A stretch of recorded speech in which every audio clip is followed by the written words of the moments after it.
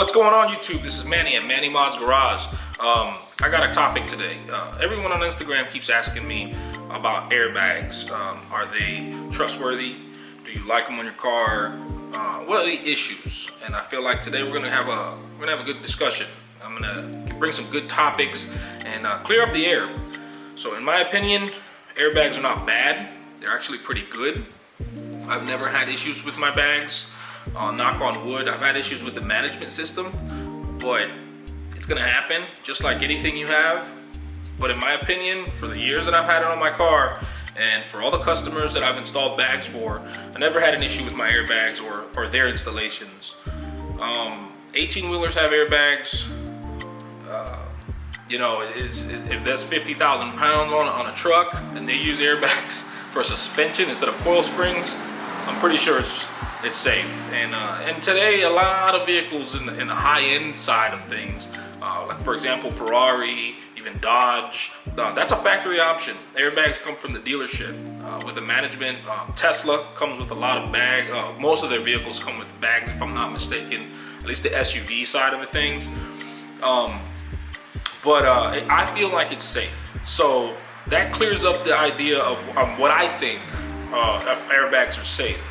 But who uses them? People who use them are most likely aesthetic people. For example, like me. You can go performance, you can go lifting front wheels at the drag strip, but in my opinion, I like to go just cool. I like to chill. You know, I like to just vibe at a car show and just mind my business and you know, just hang out with friends who have similar you know, likes in the car industry. But as far as me, the way I think, bags are used for most of the aesthetics in this era, you know, as far as like lowered cars and cool looking wheels and whatnot, you know, the stance scene, that's what airbags are used for. They're not meant for performance or anything like that. But on that note, I have used the airbags in a performance method, in a performance type of way. Me and my wife have drag raced this HELLCAT with over 700 horsepower on the drag strip, sometimes in the streets, and never had a problem. Bags held up very well as I was expecting them to. The material used on these bags nowadays are extremely durable, extremely strong, very, very good materials. So, yes, I just feel like bags have gone a long way. But we're gonna talk about how they work. So I'm gonna show you guys a coil spring and a bag on a strut. We have the strut, basically the gas tube, that's the shock portion of everything. And then we have, you know, the coupler where it sits. And then we have the bushing, the spring, the gas tube, the shock itself, like the piston.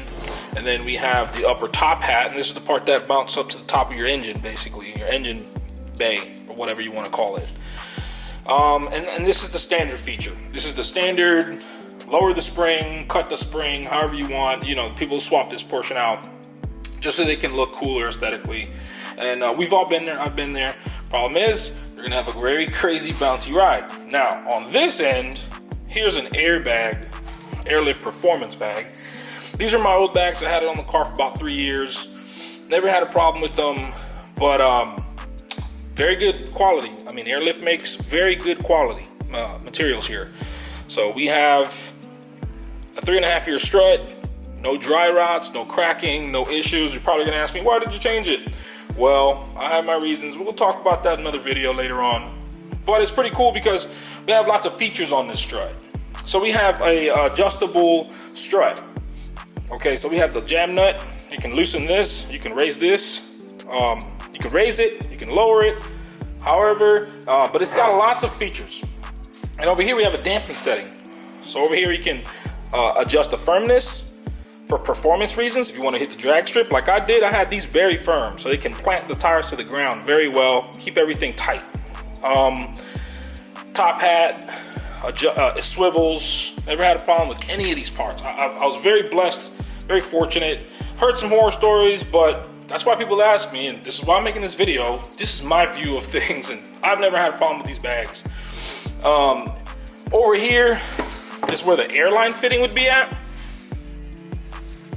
So you'd put an airline there, usually a braided line. That's called the leader line. And yeah, pretty cool. And this is a rear bag setup. So I just gave you guys a good example of what a rear spring was. So this is the spring that we take out, and this whole contraption is what you'd replace it with. So you got your bag, your brackets. Here's your airline fitting right here. So you can go up and down. This is pretty abused. It's got some house paint on it. It's been sitting in the garage for quite some time. It's always good to have these parts as spare parts. You never know when you need a bracket, but you know, it's crazy for all these years that have come by and I've never had a bent bracket or anything fail on me. No corroded nuts and bolts, nothing fall apart. Everything's pretty good. Airlift Performance is pretty good on selling you some quality stuff. Now, yeah, they're pricey, but at the end of the day, safety's important.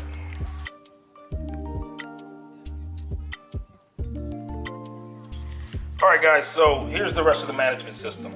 It's not just airbags on the strut.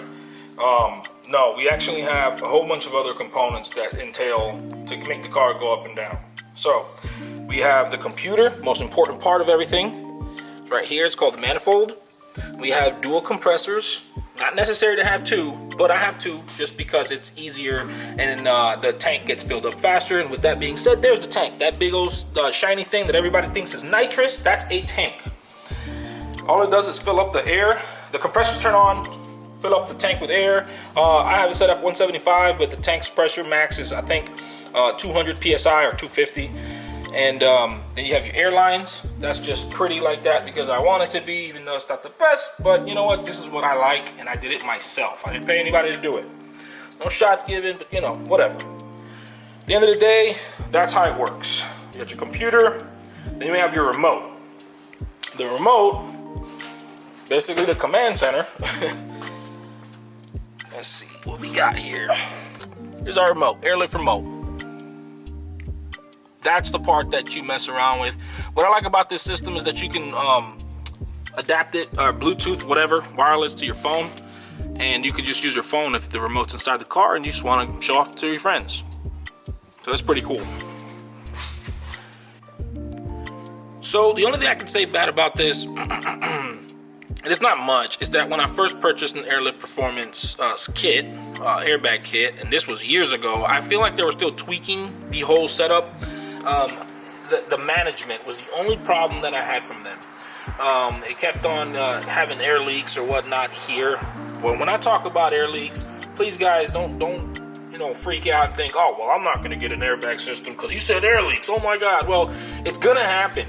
Believe it or not, those 18-wheelers you see on the highway, they also have air leaks. And at the same time, in that same token, air leaks, they have air brakes, and they have air leaks on their brakes. And we're talking about a mechanic who used to work on them. So yes, the management had air leaks in the beginning here at the PC, or the little fittings, and that was the only issue I had, but they resolved it. The warranty is amazing. Their customer service is fast, and they sent it next day air. No issues, no hesitation, no questions. And I sent them back the original one and never had a problem with them after that. Another feature that I wanted to talk about was here. Maybe we can see it. I don't think we can, but there's a water trap back there. And that's just to make sure that the actual computer doesn't get any moisture when it requests air for the bags. So basically, the computer says, hey, you know, the remote said give air to the bag so we could get up. And this line just grabs the air from the tank and it shoots it in here, and then just disperses it into these 4 lines over here. And that's how that works. And again, this line right here, all it does is just shoot the air out to the floor. So you know that cool ass noise that everybody loves to hear? That's the noise. That's where the line goes. It's called a drain tank line, or a drain line, I guess you could say. Like I said earlier, you don't need 2 compressors, but I have 2 compressors because the time to take it to fill those 200 pounds into that tank is half. So instead of waiting a minute and 30 seconds, you know, we're talking about 40 seconds at most. Pretty cool. This is technically called like a floating tank setup. And these brackets here, as you can see, they're adjustable. So you can spin that tank around however you want. They're separate from the actual tank. So those polished looking bands there, Yeah, they come with some little brackets you mount wherever you want, and then you can spin the tank around so you don't have these problems. So down here is my drain valve. Maybe you can kind of see that. Then my drain valve, and that's, or my purge valve, however you want to call it. Back to what we were talking about earlier. Those are your check valves right here. And yeah, those are the little valves that allow air to go into the tank and prevents the tank from pressurizing and going back to the compressor, damaging the compressor and popping fuses. So there's different types of airlines they use. The most common one is a nylon style, like the plastic tubing, like it's almost like PVC, I guess you could say. That's the most common one that I see everybody use. That's all I've used. They have three, believe it or not, three different measurements. They have a 1/4 inch line, which is my favorite, and I'll tell you why in a second. And then they have 3/8 lines, which is the second most common, which is everybody else's favorite. And then they have 1/2 inch lines. 1/2 inch lines, they only get used for like international purposes, big trucks, semis, and stuff like that. Very rare you see those. But as far as me, I like the 1/4 inch lines. Why? Flexibility. You can bend those things, twist them around within the size of a 1/4, and they will not kink. So that's the problem with pneumatic lines, they kink. So that's my preference. However, I would say 3/8 lines are actually a little better in some aspects because you can lower and raise the car very fast. Larger diameter tube, very fast to go up, very fast to go down. So yeah, that's a benefit in that factor. The 1/4 inch lines, I just prefer them better because you can air it out real slow and lift it up pretty slow. It just gives it that cool aesthetic feel. It's not just shoot you up like if you're in an office chair. And that's what I usually see my friends do. Maintenance, that's another topic that I want to talk about. Yes, you do have to have some type of maintenance when it comes to these management systems. Think about a water bottle, ice, if it's like ice cold and it's halfway filled and you put it in your car on a hot day, what's it gonna do? It's gonna have some condensation. The bottle itself is gonna sweat internally. You're gonna see a lot of extra moisture. It's the same thing with an air tank, guys. You got two hot compressors or one hot compressor screaming, filling in air inside of that thing, hot air inside of that thing. And so eventually what's gonna happen is you're gonna build up a lot of condensation. And what people fail to do is putting them, draining the air tank. There's an air valve that's attached to it. It's in the instructions and whatnot. And what you're gonna do is you're just gonna install that. It's literally like a tire shredder valve, where you fill up the air in the tire. It comes with one of those, and all you do is just purge it a few times, and you're gonna see a whole bunch of moisture come out. So yes, you're gonna wanna do that at least once a week. It's important. Understand, the computer uses this, tank that could be potentially full of moisture to shoot air into the bags. And the last thing you want is moisture going into the computer, destroying the internals of that computer, and it happens. So stop doing that. Another thing you don't want to do is install your tank upside down unless you have the proper tank. A lot of people get the basic fundamental tank, I call it, where it's got a fixed brackets, and then they put these fixed brackets upside down, and then you'll have no port or no location to drain your tank. So I'll show you that example in a second. So that's important to me. I always see a lot of people come to me saying, I don't know why my computer keeps breaking, it keeps popping fuses and whatnot. And I'm like, well, it's probably because you have your tank upside down and it's a fixed tank, and then you got all this moisture just build up, and you got literally half a cup of water from years of using this system. Not good. You also have your check valves on your compressors. That's a very big thing that people assume that their fuses keep popping because the system's jacked up, or you don't have thick enough gauge wire for the compressors to work properly. And that's another topic that you need to pay attention to. Check valves, air goes one way, it's not supposed to go the opposite way. So if those compressors start feeling a lot of air push back into the compressor, you're gonna pop a fuse, and that's a big deal. But a lot of people always assume it's all these other reasons. Check your check valves, get a beefier setup. They're only like 40 bucks. Get a stronger check valve from bagriders.com or whoever. Just go online, get a better check valve. That's a common component that a lot of people who don't know about cars fails. And believe it or not, there's a lot of shops out there that would send these compressors and these management systems back to Airlift Performance or Bagriders, and this is not working, blah, blah, blah. Well, it's just a simple little check valve that just pokes into your tank. it's literally the end of the leader line that goes from your compressors to your tank. That's just that little portion.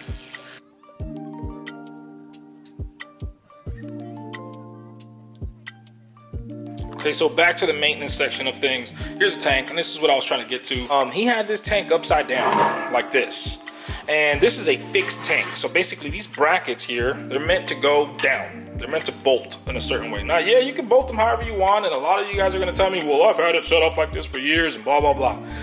But if you're running a system that can potentially fail and you're on the highway doing 70 miles an hour, the last thing you want is to fail because it's your fault and you thought it was just a ticking time bomb. You were just waiting for it to go. This is where the drain valve usually is mounted, and it's a drain valve for a reason, because when it's flat down, you can tell here, you know, it's you purge it with the purge valve. And then these are other valves. So basically, usually you'll have a compressor line to go here and a compressor line to go here, and then usually this is my tank, my computer line, I guess you could say. This is the line that goes to the manifold. And it's safe for that reason. So let's just say you got two compressors screaming and filling it up with air. The water will just start filling up on the bottom, and yeah, you know, you're pretty safe. I mean, unless you have maybe a couple gallons of water, it's very unlikely you're gonna have air going in there. I mean, moisture and water going in there. However, in this setup, customer had it upside down, and water and condensation will fall to the bottom, and that was his manifold line, the bottom one. So you know what he was doing was, every time that he told the computer, hey, fill up the bags and let's get going, he filled it up with moisture, potentially damaging and, you know, corroding all those brass fittings inside of there. Believe it or not, they're brass fittings. And then that line that goes to the bottom of the tank, see if we can get this to focus. See all that water? About a week, no draining. That's water.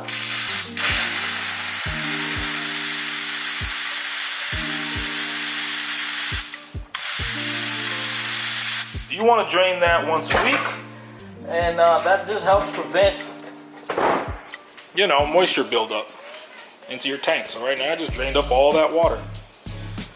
Yep. And that's all I got today, guys. Thank you so much for watching my channel, Manny Mods Garage. If you have any comments or any suggestions, leave a comment below. If not, get with me at manny.mopar on Instagram, and I'll be sure to get back to you guys. Have a great day.